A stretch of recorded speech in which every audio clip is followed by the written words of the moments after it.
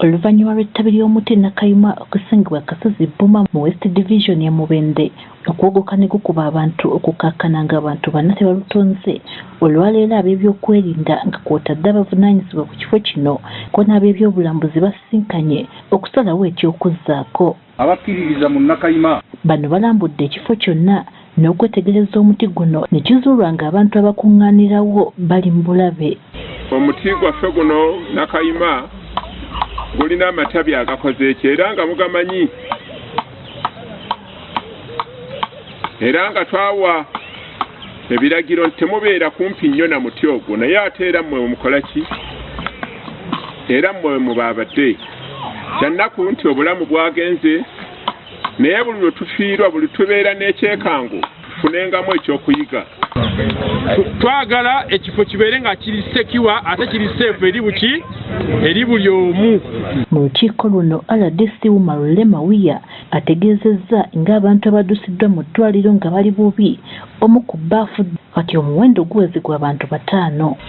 Ne bweba nga bulamu bwa muntu omu bwe bugenze obulamu obwo kikulu nnyo nnyini ddala naye abantu 5 kikintu kyakusaaga kikintu kitono. Kati basazeewo okuggala ekifo kino okumala ebbanga eritali ggere okutuuka nga abakwatibwako ensonga eno nga bonna bali coordinated oba bakwananyiziganya. Kuba kati twetaaga okuwuliziganya n'ebitongole ebyenjawulo, tulina okuwuliziganya ne Ministry of Tourism, tulina okuwuliziganya ne Obwakabaka n'Obukama obw'enjawulo ate era ne Mubende Municipality. Kati ababadde bakyesigaliza mu kifo kino bayagiddwa okudda ewaabwe wabula ng'abamu ku bano bagamba bakyanoonya ssente zibazaayo.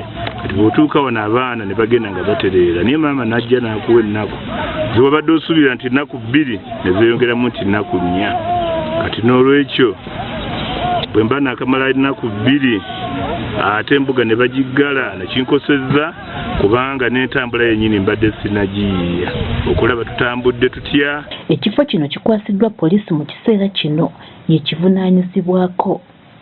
Barbara Nareso agaffe eyo ku Spark TV.